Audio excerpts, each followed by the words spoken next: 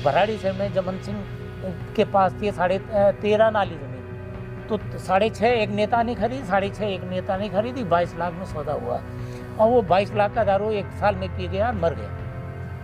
उसकी 3 बेटियां और 1 बेटा है 15-16 साल का।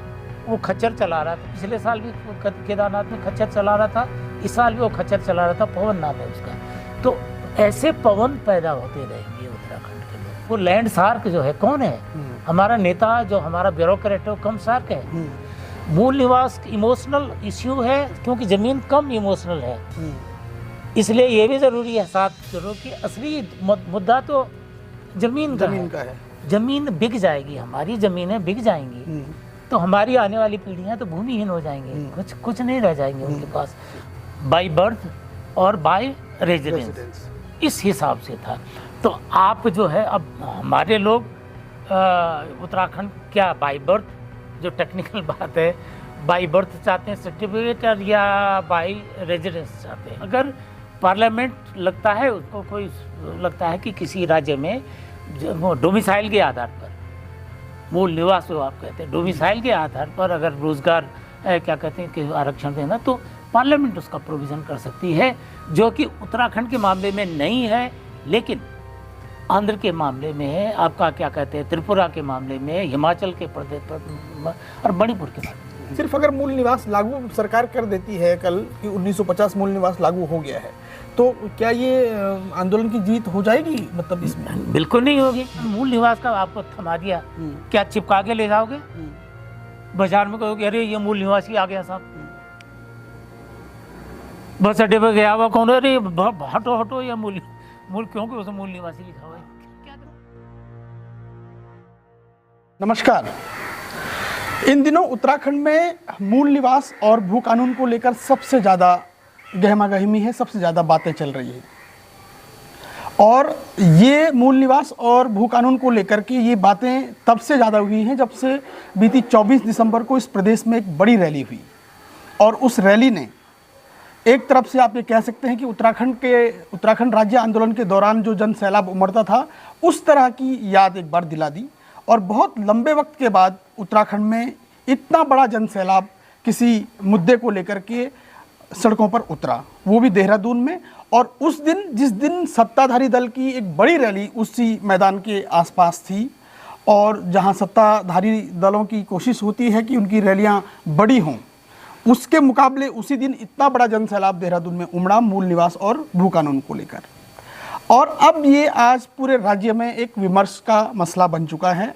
पूरे राज्य की भावनाएं इसमें ओतप्रोत हैं, और पहचान और इसका सवाल मूल निवास को लेकर के जो डिमांड की जा रही है कि मूल निवास हमें मिलना चाहिए, उत्तराखंडियों को मिलना चाहिए। और उत्तराखंड में स्थायी निवास और मूल निवास की जो जलेबी जो घूम रही है, जिसके चक्कर में जनता लोगों को बताया जा रहा है कि उनके जो अधिकार हैं उनका हनन हो रहा है, और जो रोजगार के अवसर हैं, जो तमाम दूसरे अवसर हैं, जो भागीदारी के अवसर हैं, वो घट रहे हैं। और ये मांग हो रही है कि मूल निवास अगर लागू हो जाएगा तो उत्तराखंड के लोगों के लिए, जो उत्तराखंड मूल के लोग हैं, उनके लिए अच्छे दिन आ जाएंगे। तो ये एक भावनाओं का ज्वार इस वक्त प्रदेश में उमड़ा है। लेकिन भावनाओं से इतर जो व्यावहारिक पक्ष है, जो पहलू हैं, जो टेक्निकलिटी है, जो संवैधानिक व्यवस्थाएं हैं, और जो मूल निवास का सपना है, या इस सपने के आलोक में जो उत्तराखंड के लोग तमाम समस्याओं का हल देख रहे हैं, उस पर आज हम बात करेंगे। हमारे साथ सीनियर जर्नलिस्ट जय सिंह रावत साहब हैं, जो लगातार उत्तराखंड के सवालों पर बहुत पैनी नज़र रखते हैं, गंभीरता से बात करते हैं, और इस मूल निवास के सवाल पर भी बहुत सारे आर्टिकल्स, बहुत सारे इंटरव्यूज़ आपने देखे होंगे। तो आज हम उनसे बात करेंगे। सर, आपका बहुत बहुत स्वागत है। नमस्कार। पहला सवाल आपसे यही मैं बोलूँगा कि जो ये 24 की रैली आपने देखी, आपने इतने सारे आंदोलन कवर किए हैं, देश के, प्रदेश के, राज्य आंदोलन से लेकर 24 की जो रैली थी, उस रैली को आप कुछ जो आपके दिमाग में शुरुआती चीज़ें आती हैं, आप उसको किस तरह से देखते हैं? देखिए, ये जन भावनाओं का विस्फोट था, जो कुंठाएं लोगों के दिलों में थी वो बाहर निकली है। और ये ऐसा माहौल हमने उत्तराखंड आंदोलन में देखा था, जो सड़कें सूनी हो जाती थी और स्वतः स्फूर्त था, क्योंकि उसी के बगल में रूलिंग पार्टी का भी आयोजन था पवेलियन ग्राउंड में। और दूसरी तरफ ये था कि स्वतः स्फूर्त जो आए, और यहीं से नहीं, वो तो प्रदेश के कई कोनों से लोग आए हुए थे। और विभिन्न वर्गों के, मतलब महिलाएं भी थी, स्टूडेंट भी थे उसमें, पूर्व सैनिक भी थे उसमें, किसान भी उसमें थे, समाज का हर वर्ग आया। उससे ऐसा लगा कि ये इतनी जो 23 साल का ये सफ़र है उत्तराखंड का, इसका मतलब लोगों के दिलों में अभी तक संतोष नहीं है और अभी कोई कुंठा है और उनकी अभिलाषाएं बाकी हैं। और वो जो अभिलाषाएं सब ऐसा मुझे लगता है कि उनकी कल्चरल आइडेंटिटी का है। जैसे उत्तराखंड आंदोलन में भी था, मतलब आर्थिक कारण तो थे कि भाई अलग राज्य होगा तो इसका विकास जल्दी से होगा, क्योंकि वो रिमोट कंट्रोल दिल्ली लखनऊ से हो रहा था कि सत्ता अगर करीब आ जाएगी तो लोगों के पास आएगी तो विकास होगा। इसके साथ सांस्कृतिक पहचान का भी सवाल था। जैसे हिमाचल प्रदेश का था, हिमाचल के लोग पंजाब में नहीं मिले। तो 1948 में जब यूनियन टेरिटरी बनी तो चाहते थे पंजाब का हिस्सा बने, तो नहीं, तो वो तो विजनरी लोग थे, आपके डॉक्टर परमार थे और लोग वहाँ पर आए। तो उन्होंने कहा नहीं, हमें तो अलग, हम पहाड़ी राज्य हैं, हमारा जो सांस्कृतिक पहचान अलग है, पंजाब से बिल्कुल ही डिफरेंट है, इसलिए हम वहाँ नहीं मिल सकते। यही भावनाएं उसके उत्तराखंड आंदोलन की भी थी कि लोग जो है क्या कहते हैं, अपनी अलग सांस्कृतिक पहचान चाहते थे और इसीलिए 371 की मांग हो रही थी, जो हुआ नहीं। कि वो धीरे धीरे डाइल्यूट इसलिए होता गया क्योंकि बीच में इन्होंने जो भूमिका कानून था, जिस पर लोगों को था कि भाई हमारी सांस्कृतिक पहचान भी बनी रहेगी और यहाँ के जो मूल निवासी है, जो मूल निवास का तभी तो बात आई है। क्यों मूल निवासी जो है यहाँ, उनके पास चाहे छितरे हुए खेत हैं, चाहे सीढ़ी नुमा खेत हैं, लेकिन वो जब भूमिहीन हो जाएंगे तो फिर कहाँ चले जाएंगे वो लोग। तो वो वाली समस्या थी। तो महारैली का जो था समय, लेकिन अब देखना ये है कि उसको आगे कैसे ये लोग चलाते हैं, क्योंकि केवल उतना ही काफ़ी नहीं है, क्योंकि उसके वो बारीकियां समझनी पड़ेगी। उसी पर हम आगे आएंगे। मैं चाहता हूँ कि संक्षेप में आप थोड़ा सा मूल निवास और स्थायी निवास, इन दोनों पर एक अपनी नज़रिए से हमारे जो पाठक दर्शक हैं उनको एक सीधा से मोटा मोटी समझ में आ जाए कि ये मसला मूल निवास और स्थायी निवास का मसला है क्या और कैसे पैदा हुआ और संकट कैसे बन गया। ये मुद्दा कोर्ट में भी डिस्कस हो चुका है, कई बार हो चुका है, क्योंकि ये आज से केवल समस्या उत्तराखंड की नहीं है। आपकी तेलुगु भाषी लोगों ने भी किया, बंगाल में भी है, आप कई जगहों से बात हुई है, तमिलनाडु में भी हुआ। तो उसमें ये था कि कोर्ट में आया कि बाय बर्थ या जन्म से आप यहाँ के निवासी हैं या निवास से आप हैं, दो चीज़, बाय बर्थ और बाय रेजिडेंस, इस हिसाब से था। तो आप जो है, अब हमारे लोग उत्तराखंड क्या बाय बर्थ, जो टेक्निकल बात है, बाई बर्थ चाहते हैं सर्टिफिकेट और या बाई रेजिडेंस चाहते हैं, दो चीज़ है कानूनन, तो वो चीज़ है। अब 1950 से बाई बर्थ है या बाई रेजिडेंस है, ये अलग है, ये देखना पड़ेगा, उसके वाली बात है। तो एक तो ये है, दूसरी कई चीज़ें हैं। आप मुझे लगता है कि अभी तक लोग समझ नहीं पा रहे हैं। वो दरअसल हुआ ये कि यहाँ पर नौकरियों में कोई बंदिश नहीं है। तमिलनाडु का व्यक्ति भी, जो ऑल इंडिया सर्विसेज हैं वो तो होती ही हैं, लोक सेवा आयोग की भी जो होती हैं, स्टेट सर्विस कमीशन की वो भी होती ही हैं, उसमें भी। लेकिन जो समूह घ की नौकरियां होती, क्लास 3 क्लास 4 की नौकरियां जो होती हैं, जो स्थानीय लोगों को मिलनी चाहिए, क्योंकि वो स्थानीय, क्योंकि वो नज़दीक उनका जॉब है, उनके लिए एक तो नज़दीक रोजगार हो गया और पब्लिक से सीधा संपर्क था। इस वजह से वो तो ऑल इंडिया सर्विस के लिए ऑल इंडिया सर्विस होना भी बहुत ज़रूरी है, राष्ट्रीय एकता के लिए वो भी ज़रूरी है, स्टेट वाला भी है। लेकिन जो लोकल सर्विसेज हैं कि क्लास 3, अब मतलब तमिलनाडु का व्यक्ति यहाँ क्यों आएगा जब तक उसकी कोई सिफारिश न हो, कोई और चीज़ न हो। उत्तराखंड का ही क्लास 3 श्रेणी समूह की भर्ती चाहेगा, वही लोग आते हैं और वही अप्लाई करते रहे हैं। तो लोग ये समझ बैठे हैं कि शायद ये हमको ये अधिकार है, आपको अधिकार नहीं है, कहीं का भी आ सकता है, क्योंकि ये सब्जेक्ट है कि क्योंकि रिजर्वेशन जो करना है ये पार्लियामेंट ही दे सकती है, क्योंकि आपका जो फंडामेंटल राइट होते हैं, एक तो मौलिक अधिकार हैं, एक बाकी सामान्य अधिकार हैं। मौलिक अधिकार कहते हैं कि समानता का अधिकार कहता है, ये आर्टिकल 16 कहता है, 16(1) कहता है कि आप लिंग, आपके जाति, आपके धर्म, आपका क्षेत्र, भाषा के नाम पर कोई डिस्क्रिमिनेशन नहीं हो सकता है। उस सरकार के जो पद हैं, जो अवसर हैं, तरक्की के जो भी अवसर हैं, जो भी रोजगार के अवसर हैं, उसमें सब में समानता होगी। लेकिन समानता होगी तो फिर कैसे होगा? तो आपका शेड्यूल कास्ट के लिए भी है, शेड्यूल ट्राइब के लिए भी है। तो उसमें ये थ्योरी है, उसको पीछे भावना ये है कि जो असमान है, जो असमान समाज में असमान है, उनको समानता पे लाने के लिए ही उनके लिए रिजर्वेशन किया गया है। उसके बाद आर्टिकल 16(4) में शैक्षिक जो शैक्षणिक संस्थाओं था उनमें भी किया, लेकिन आर्टिकल 16(3) में ये है कि थोड़ा एक्सक्यूज भी है कि अगर पार्लियामेंट किसी राज्य में चाहे जी। आर्टिकल 16 का उपभाग जो 3 है वो है कि अगर पार्लियामेंट लगता है, उसको कोई लगता है कि किसी राज्य में डोमिसाइल के आधार पर, मूल निवास जो आप कहते हैं, डोमिसाइल के आधार पर अगर रोजगार क्या कहते हैं कि आरक्षण देना, तो पार्लियामेंट उसका प्रोविज़न कर सकती है, जो कि उत्तराखंड के मामले में नहीं है, लेकिन आंध्र के मामले में है, आपका क्या कहते हैं त्रिपुरा के मामले में, हिमाचल के प्रदेश पर और मणिपुर के मामले में 3-4 राज्यों में ये प्रोविज़न है, पार्लियामेंट ने दे रखा है।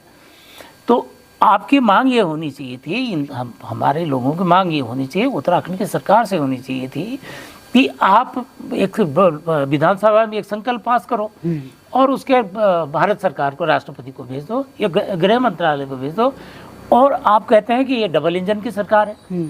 अगर आपका सचमुच डबल इंजन है तो आप बात करो, धामी जी, आप गृह मंत्री जी से बात करो कि भाई हमको भी पार्लियामेंट से दिला दो जो आपने और 4-5 राज्यों को दिला रखा। और आप तो कहते हैं अटल जी ने बना दिया है, मोदी जी संभालेंगे। ये मतलब ये जो आपने कहा कि इसमें सारा जो गेंद है वो केंद्र सरकार के हाथ में है। हाँ। और राज्य सरकार इसमें इतना कर सकती है अगर उसकी इच्छा शक्ति है, वो चाहती है, अगर वो जनता यहाँ की जन भावनाओं को समझती तो वो ये कर सकती है कि यहाँ से एक संकल्प वहाँ डिमांड कर सकती है। हिमाचल का उदाहरण दे सकती है। भाई हमने भूमि कानून कहाँ से उठाया था?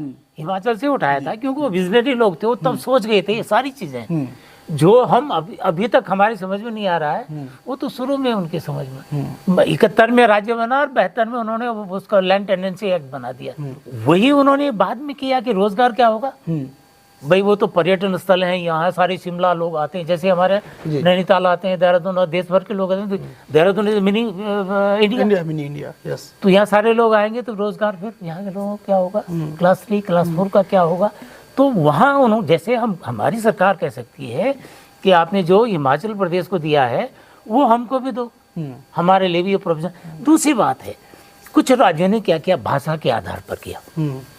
उन्होंने कहा कि भाई देखो कि तृतीय श्रेणी की नौकरियां हैं, आपको किसी दफ्तर में बाबू रखते हैं, आपको भाषा नहीं आती, उन्होंने भाषा की अनिवार्यता जोड़ दी। उन्होंने कहा आपका जो टेस्ट होगा, हम नहीं कह रहे हैं आप कहीं के भी हो, हाँ। आप कहीं से भी भारत के किसी भी कोने से आए, क्योंकि ये संविधान में है, भारत के किसी भी कोने में आदमी बच सकता है, आर्टिकल 19 ही नौकरी कर सकता है और नौकरी भी कर सकता है, उसको सबको बराबर हो सकता, केवल नॉर्थ ईस्ट को छोड़कर। नॉर्थ ईस्ट को, जो शेड्यूल 6 के स्टेट्स है, 371 वाले जो स्टेट है, उनके अलावा आप कहीं भी रह सकते हैं। तो वो वाली व्यवस्था उन्होंने कहा कि जो टेस्ट होगा साहब, जैसे हमारे यहाँ समूह गौ का टेस्ट होता है, उसमें पेपर होते हैं, एक उसमें भाषा रख दी उन्होंने, वो वाली कोई भी रख दी अपनी भाषा, बंगाली रख दी उन्होंने, तेलुगु रख दिया, कुछ रख दिया, और तो छटनी हो गई, छटनी होगी अपने यहाँ। बोले भाई जब तुम यहाँ की भाषा ही नहीं समझोगे, तुम कैसे समझाओगे, तुम पब्लिक सर्विस कैसे करोगे। तो वो वाली बात रखी थी। यहाँ हमारे यहाँ क्लास 4 के लिए हुआ है उसका कि वो स्थानीय भाषा, लेकिन क्लास 4 का इन्होंने वहाँ, मुझे नहीं लगता कि इन्होंने क्या कहते हैं पार्लियामेंट से उसको कराया है। तो अगर आपको कराना होगा तो पार्लियामेंट से ही ये व्यवस्था करानी होगी, और वो जरूर, क्योंकि वो पार्लियामेंट से आपको छूट मिलेगी। तो आप डंके की चोट पे कह सकते हैं नहीं जी अब सॉरी ये तो यहीं के लिए है, आप जो है हमारे यहाँ राज करना तो पब्लिक सर्विस कमीशन के थ्रू SDM बनो, SP बनो, कुछ भी बनो और सारी बोलो, लेकिन छोटी नौकरियां तो हमारे लोगों के लिए छोड़ दो यहाँ पर। तो ये बात होनी चाहिए थी। तो वो जो महारैली वालों को इस चीज़ पर भी जोर करना चाहिए, और उत्तराखंड की सरकार को करे, धामी जी करें तो बड़ी बात हो जाएगी। एक बारगी को अगर ये पूरा जन आंदोलन में तब्दील भी हो जाता है, लेकिन मूल बात वही है कि आपको उसे हासिल क्या होगा। तो सिर्फ अगर मूल निवास लागू सरकार कर देती है कल कि 1950 मूल निवास लागू हो गया है, तो क्या ये आंदोलन की जीत हो जाएगी? मतलब इसमें बिल्कुल नहीं होगी जी। भाई, यही तो हम कह रहे हैं कि पहले वो इसका मतलब आपको समझे ही नहीं, लोग बाहर के लोग आए तो किस रास्ते से आए। अभी आपको राजस्थान में अभी किसी ने कंप्लेंट की, भाई यहाँ का एक कोई था कर्मचारी मेडिकल कॉलेज का, इलेक्शन में गया, वो प्रचार करने गया था राजस्थान। क्यों गया था? क्योंकि वहाँ का मूल निवासी हो। आप समझे नहीं, इतने न जाने कितने लोग यहाँ आ गए होंगे। कुछ क्या होता है कि हमारे नेता लोग बाहर जाते हैं, उनको यार तुम्हारे से हमारा कोई रिश्तेदार था उसको नौकरी लगा दो या तो अपने यहाँ, आके उन्होंने उत्तराखंड में लगा दी। बड़े बड़े IAS आते हैं, IPS जो बाहर से ऑल इंडिया सर्विसेज के लोग आते हैं, और लोग आते हैं कुछ ठेकेदारी करने आते हैं। भाई ठेकेदार भी तो करते हैं ना, बाहर के जो ठेकेदार आए उन्होंने देखा कुछ यार इंजीनियर को पकड़ा, उन्होंने कहा अपने विभाग में यार हमारे रिश्तेदार को चिपका दो। और इस तरह से आते हैं लोग, बैकडोर से आते हैं लोग, खुलेआम नहीं आते हैं। तो आप समझ रहे साहब हमारे लिए ही है, तुम्हारे लिए नहीं है ये, कोई भी आ सकता है। नौकरियों को आप मना नहीं कर सकते। आप बाहरी, और बाहरी तो बिल्कुल कह ही नहीं सकते। बाहर का क्या मतलब है? सुप्रीम कोर्ट ने कहा कि बाहरी क्या होता है। यूपी में, तमिलनाडु वाले एक मामले में कहा बाहरी क्या होता है, भारत में बाहरी क्या होता है। सही बात है। तो वो बाहरी बात होनी भी नहीं चाहिए। दूसरी बात, हमको एक और संवेदनशील मुद्दा है। हमारे लोग दिल्ली में कितने हैं? कम से कम 30 लाख लोग। किस जमाने कहते थे 25 लाख है वहाँ से पहाड़ियों पर। दिल्ली में है, मुंबई में है, कहाँ नहीं है, लखनऊ में है, आगरा में, देश के हर राज्य में। उधर बरेली में कहीं हमारे रिश्तेदारी, वहाँ एक कुर्मांचल कॉलोनी पूरी लगी हुई है। तो वहाँ वो लोग है, सारे लोग हैं। तो आपको वो भी देखना पड़ेगा कि आप कुछ लोगों को कह रहे हैं बाहरी लोग हैं, लेकिन जो आपके लोग बाहर हैं उनके बारे में क्या होगा, उनके बारे में लोगों को क्या बर्ताव बाद में किया जाए। तो फिर हम वो भावना भी हमें देखनी चाहिए। इसलिए बाहरी बोलना जो बात करते हैं, बार बार करते हैं, वो उस शब्द से हमसे बचना चाहिए। लेकिन इस सब के बावजूद समानता, ये कह सकते हैं कि स्थानीय लोगों को, दूसरा हमारी सांस्कृतिक पहचान का सवाल है। प्राथमिकता वाली जो बात है, प्राथमिकता बिल्कुल सांस्कृतिक पहचान है, लेकिन सांस्कृतिक पहचान मूल निवास का आपको थमा दिया, क्या चिपका के ले जाओगे बाजार में, कहोगे अरे ये मूल निवासी आ गया साहब। बस अड्डे पर गया हुआ कौन, अरे हटो या मूल क्योंकि उसमें मूल निवासी लिखा हुआ है। क्या कहता है उसका? असल सवाल वही है कि जब तक आप जिस समाज की बात कर रहे हैं, और ये बात सही है कि समानता की बात हर कोई अप्लाई कर सकता है, सब कुछ कर सकता है, लेकिन क्योंकि ये राज्य, हमने इसीलिए अलग राज्य की लड़ाई लड़ी थी कि आपको सांस्कृतिक पहचान के लिए, पहाड़ी कल्चर के लिए अवसर भी आपको मिले। हिमालयन स्टेट है ये। हाँ। आपको जो यहाँ पर प्राथमिकता मिली है, आपको स्पेशल स्टेटस मिला हुआ है। केंद्र सरकार की योजनाओं में, सारी योजनाओं विशेष श्रेणी का दर्जा है। क्यों है? पहाड़ी राज्य है। पहाड़ी राज्य, क्योंकि 1967 से ये प्रोविजन है। अभी तो लोग अपना क्या कहते हैं, पॉलिटिकल लोग प्रचार करने के लिए करते हैं, अरे हमने विशेष श्रेणी का। अरे विशेष श्रेणी का दर्जा इसको पहले से भी था, कोई आज से नहीं हुआ। और 1967 से जितने हिमालयन स्टेट्स हैं सब विशेष श्रेणी के का दर्जा उनको मिला हुआ है। मतलब 90-10 के हिसाब से जो मिलता है ना, जो कर्ज भी लो तो उसको 10% लगाना पड़ेगा, 90% आपको वैसे मिल जाएगा। तो वो विशेष श्रेणी का आपको दर्जा तो पहले से भी था। तो वो सारी चीज़ें देखना पड़ेंगी। मतलब आप बहुत आंदोलन चले, अच्छी बात है, लोगों को जागरूक होना। बिना क्या कहते हैं, बिना रोए तो माँ भी दूध नहीं पिलाती बच्चे को।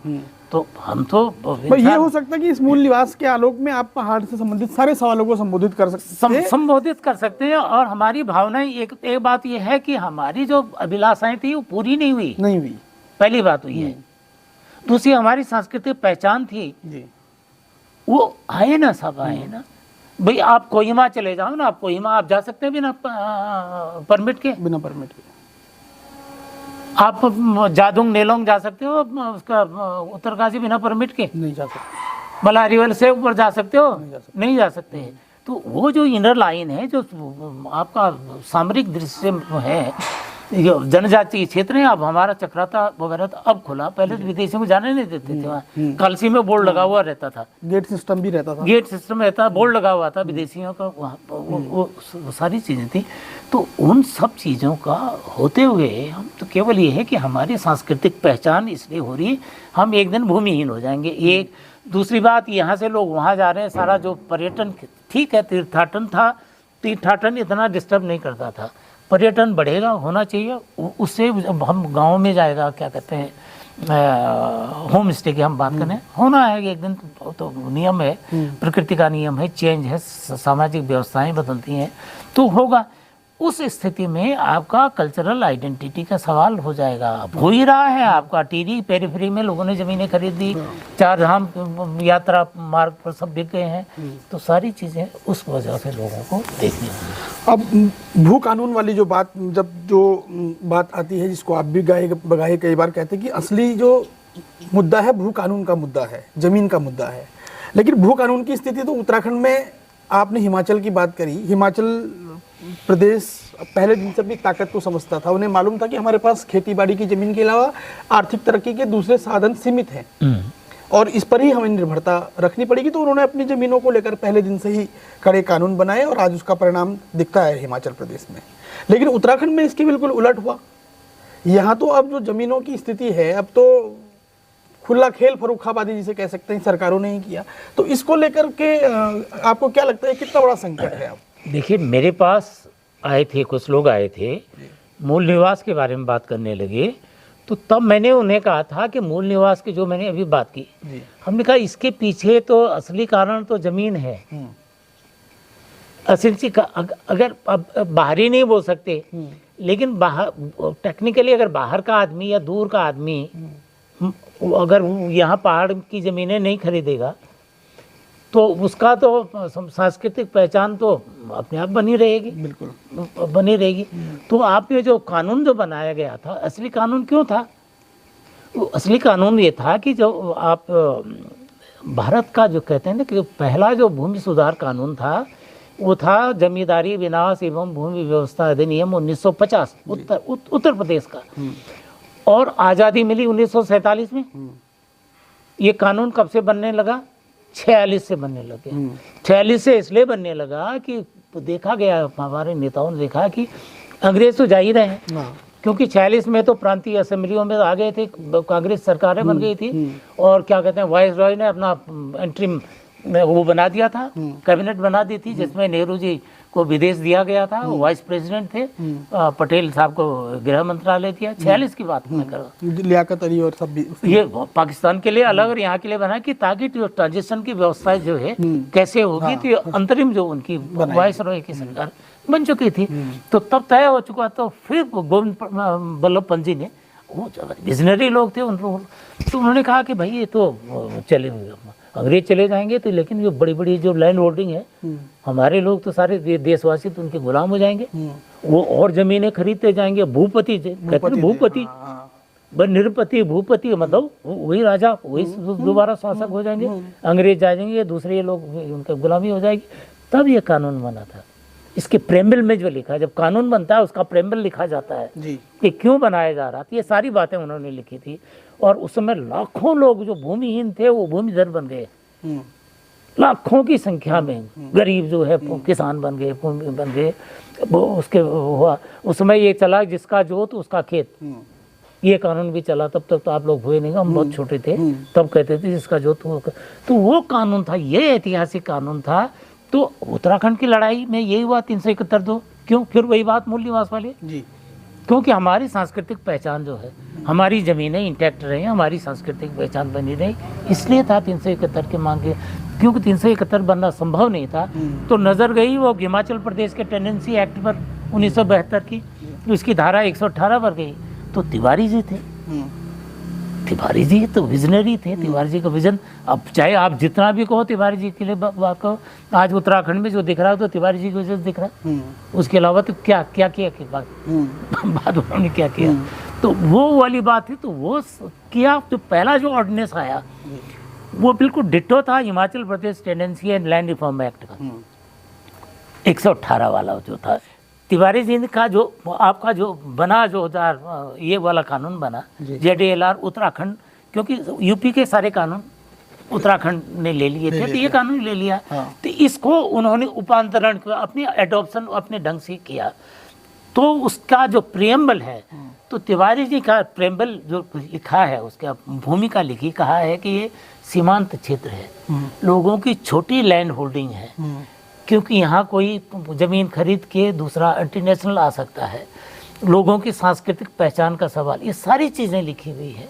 लोग भूमिहीन हो जाएंगे और ज़मीनों की बेतहाशा खरीद फरोख्त हो जाएगी, इसलिए हमें ये कानून लाना पड़ रहा है। ये ये प्रेम्बल लिखा है, ये सरकार के रिकॉर्ड में है। हम्म, आप समझे नहीं? तो बना, जब ऑर्डिनेंस आया उसके बाद तो विजय बहुगुणा जी की कमेटी ने कहा नहीं ये तो गड़बड़ हो जाएगा। वो जो हमारा जो कानून बना उसके धारा 2 जोड़ दी, धारा 2 जोड़ी की, उसका कहा कि भाई ये संपूर्ण उत्तराखंड में लागू होगा, केवल अर्बन एरिया में नहीं होगा, जहाँ नगर पालिका है, नगर पंचायत है, नगर निगम है, उनमें लागू नहीं होगा। ये उस समय डाल दिया, चोर दरवाजा, जो चोर सबसे बड़ा दरवाजा चोर डाला। उसके बाद चलता रहा तो फिर उसमें एक प्रोविज़न था कि आप 500 स्क्वायर मीटर तक ले सकते हैं जी।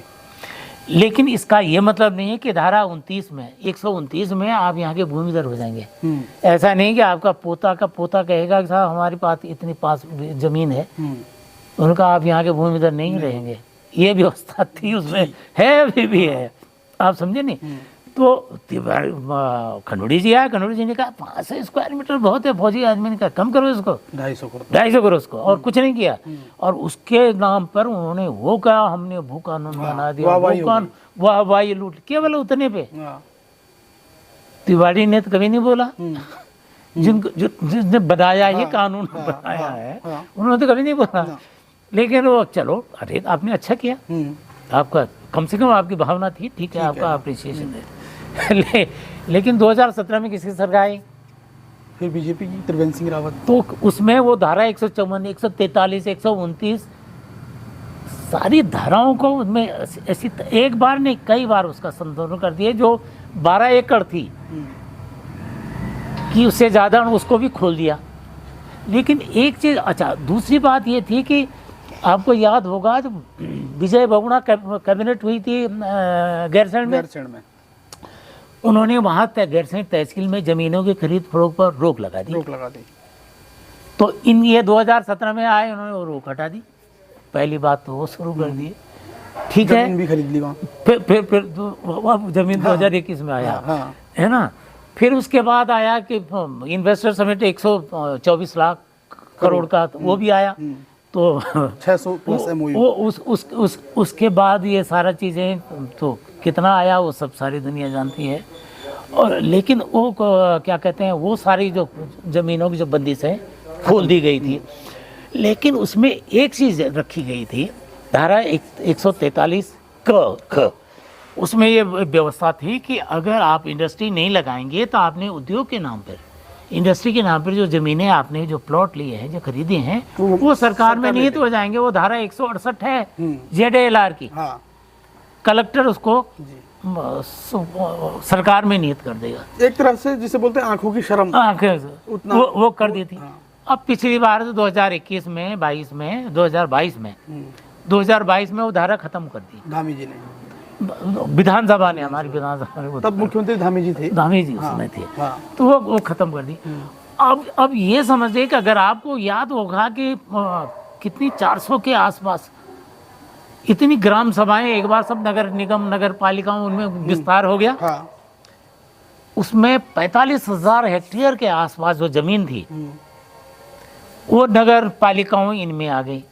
अब आप उसके साथ खेल कर सकते हो। अब उसके साथ आप खेल कर सकते हैं, क्योंकि आपको सिविक कम्युनिटीज तो गाँव में आपने भेजे नहीं, भाई सफाई कर्मचारी नहीं है आपके पास, वहाँ ड्रेनेज का सिस्टम नहीं है, सड़कें नहीं है और चीज़ें नहीं है, बस सिर्फ केवल नगर निगम, नगर पालिका, नगर पंचायत, मतलब बड़कोट जैसे छोटे से आसपास, क्योंकि यात्रा लाइन का है, बड़कोट से वहाँ से यमुनोत्री जाते हैं, बटवाड़ी है ना, तो क्योंकि वहाँ से गंगोत्री जाते हैं, उसके आसपास लगाओ जमीनें खरीद ले, वहाँ दुकानें कर, तो वो वाली चीज़ें, टीरी के आसपास सारी चीज़ें, तो आप विस्तार करते रहो।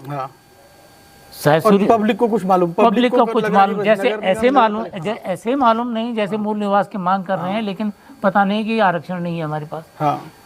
तो वो वाली चीज़ है, तो पब्लिक को भी जागरूक होने की ज़रूरत है। हम लोगों ने, हम 1998-99 से मैं एक कर रहा हूँ, क्योंकि हम जब राज्य बनने वाला था तब हमारे कुछ मित्रों ने कहा कि भाई ऐसा है कि ये राज्य बनेगा, हमारा भूमि का क्या कहते हैं, लैंड यूज पॉलिसी क्या होगी, क्योंकि ज़मीनी तो भूमि नहीं है, तो कुछ भी नहीं है।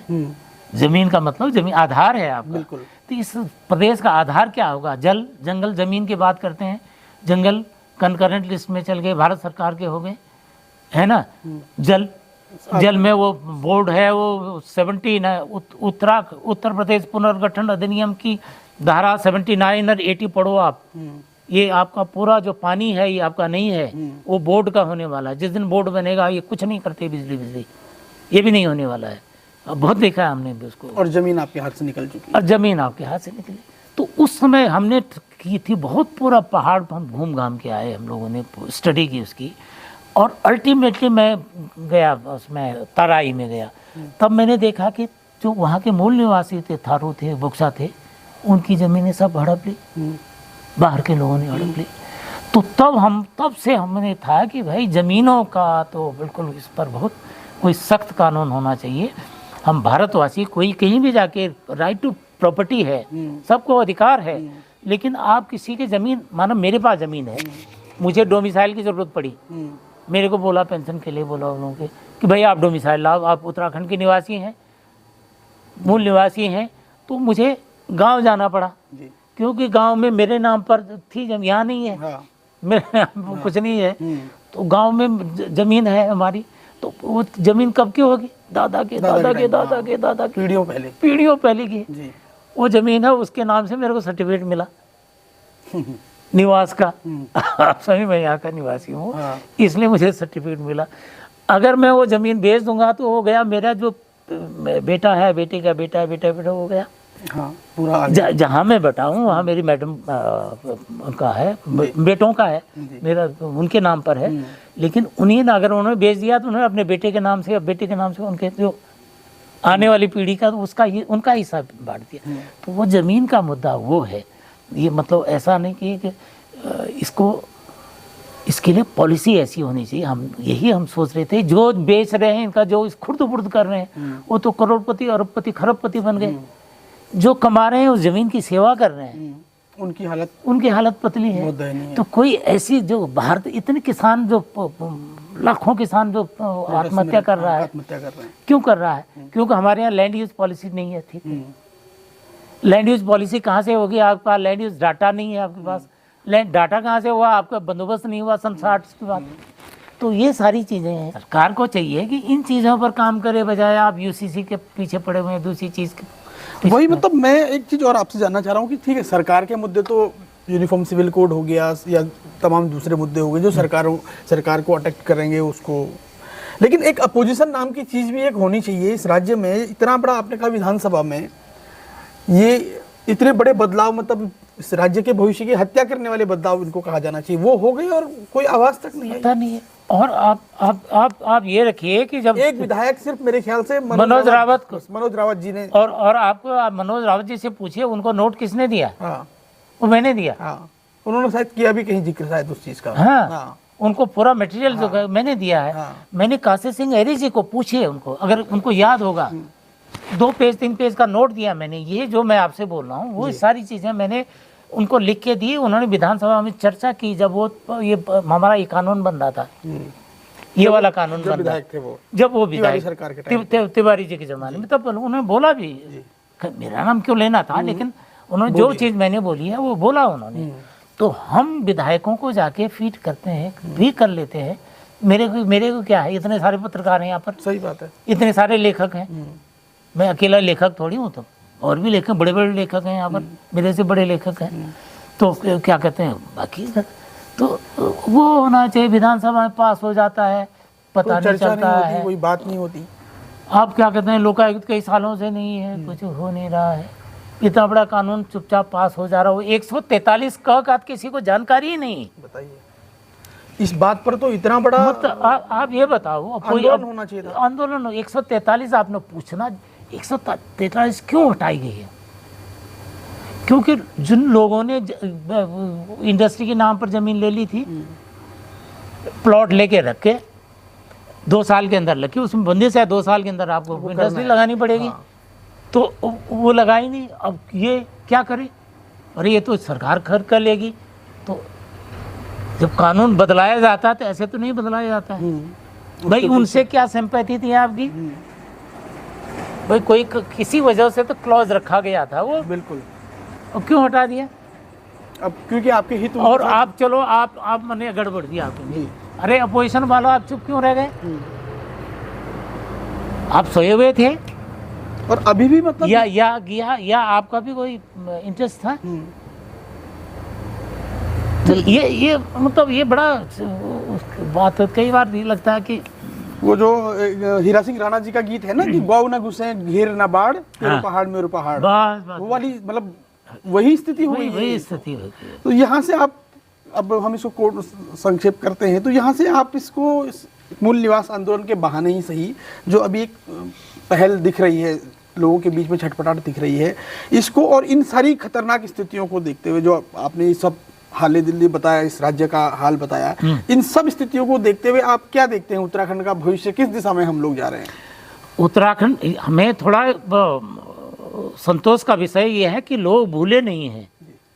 जैसे कहते हैं ना कि जनता की याददाश्त बहुत कमज़ोर होती है, वो कुछ नेताओं के कर्मों, अच्छे बुरे कर्मों को भूल जाती है, लेकिन इसका मतलब है लोग अभी तक भूले नहीं कि उनके लक्ष्य क्या थे। और जो परसों का जो आंदोलन हुआ, बहुत बड़ा हुआ, उसको सही दिशा में जाना चाहिए और दलगत राजनीति से ऊपर उठकर, चाहे कोई जिसी भी पार्टी का है, वो उत्तराखंडी है, चाहे वो सरकार में है या विपक्ष में है, क्योंकि आज आप यहाँ पर हैं, सवाल हम सब की पीढ़ियों का सवाल है, आने वाली पीढ़ियों का है।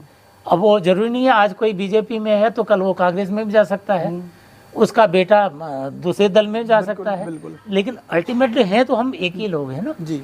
तो हमको ये भावना के साथ जो है, अभी मूल निवास वाला ठीक उठाया उन्होंने, भले उन्हें पता नहीं है लेकिन उठाया है, क्योंकि ये भी जरूरी है ताकि जाके सरकार को जगाए कि भाई हमारे लिए ये व्यवस्था कर दो, आरक्षण की व्यवस्था कर दो। एक मूल निवास इमोशनल इश्यू है, क्योंकि जमीन कम इमोशनल है, इसलिए ये भी जरूरी है साथ जरूर कि असली मुद्दा तो जमीन का है। जमीन बिक जाएगी, हमारी जमीनें बिक जाएंगी तो हमारी आने वाली पीढ़ियां तो भूमिहीन हो जाएंगी, कुछ नहीं रह जाएंगे उनके पास। और मैंने तराई में देखा है, वो जिनकी जमीन थी वो गन्ना छिल रहे थे, बाप रे, है ना। अब हमारे यहाँ क्या होगा, हमारी जो ज़मीन, मैंने एक वहाँ भराड़ी शहर में जमन सिंह के पास थी 13.5 नाली ज़मीन, तो 6.5 एक नेता ने खरीदी, 6.5 एक नेता ने खरीदी, 22 लाख में सौदा हुआ, और वो 22 लाख का दारू 1 साल में पी गया और मर गया। उसकी 3 बेटियां और 1 बेटा है 15-16 साल का, वो खच्चर चला रहा था, पिछले साल भी केदारनाथ में खच्चर चला रहा था, इस साल भी वो खच्चर चला रहा था, पवन नाम है उसका। तो ऐसे पवन पैदा होते रहेंगे उत्तराखंड के लोग, आप समझे नहीं, क्योंकि उनकी ज़मीनें अब आप मुसलमान ने खरीद ली, सिख ने खरीद ली, फलां ने खरीद ली, उसके लिए आप डाइवर्ट करते हैं, कभी लैंड जिहाद की बात करेंगे, कभी उसकी बात करेंगे। अरे वो खरीदने वाला कौन है? वो लैंड सार्क जो है कौन है? हमारा नेता जो हमारा ब्यूरोक्रेट है वो कम सार्क है, उसने वहाँ ऊपर साकरी हरी की दून की तरफ एक बार वो IAS ने खरीद, बड़ा विवाद हुआ तो थोड़ा उसने ज़मीन खरीदी, बाकी जंगल शंकर अग्रवाल ने कर दिया। कई IAS के IPS के सब लोग वहाँ ज़मीनें खरीदी हुई हैं, लोगों ने खरीदी हुई हैं। इधर गैरसैंण की तरफ अब उधर हो गया ज़मीनें खरीदने का, नेता वहाँ खरीद रहे। तो हमारे लैंड सार्क तो ये लोग हैं, आप उसको हिंदू मुसलमान क्यों डालते हो उसको बिना मतलब सब समाज में वैमनस्यता फैलाने के लिए? तो ये, लेकिन जब जनता जागेगी, उसमें आप जैसे नौजवान करेंगे, उसको लोगों को जागृत करेंगे तो वो बात है। तो ये विषय तो बहुत बड़ा है, लेकिन इस मुद्दे को हमको यहीं पर समेटना होगा और लगातार आने वाले समय में भी हम इस तरह के मुद्दों पर बातचीत करते रहेंगे। जैसा जयसिंह रावत जी ने कहा कि ये मूल निवास और भू कानून इस वक्त उत्तराखंड के पहचान और उत्तराखंड के भविष्य के लिए एक आज निर्णायक स्थिति में पहुंचा हुआ, एक ऐसी स्थिति में पहुंचा हुआ है जहां से अब आगे ये उम्मीद जताई जा सकती है कि अगर ये आंदोलन के जरिए लोगों के मन में अपने इस राज्य के अस्तित्व के सवाल, इस राज्य के बनने के वक्त के जो सपने थे उनको लेकर के अगर जागरूकता बनी रहती है तो शायद इस निराशा के बीच में ये उम्मीद की किरण बन सकती है।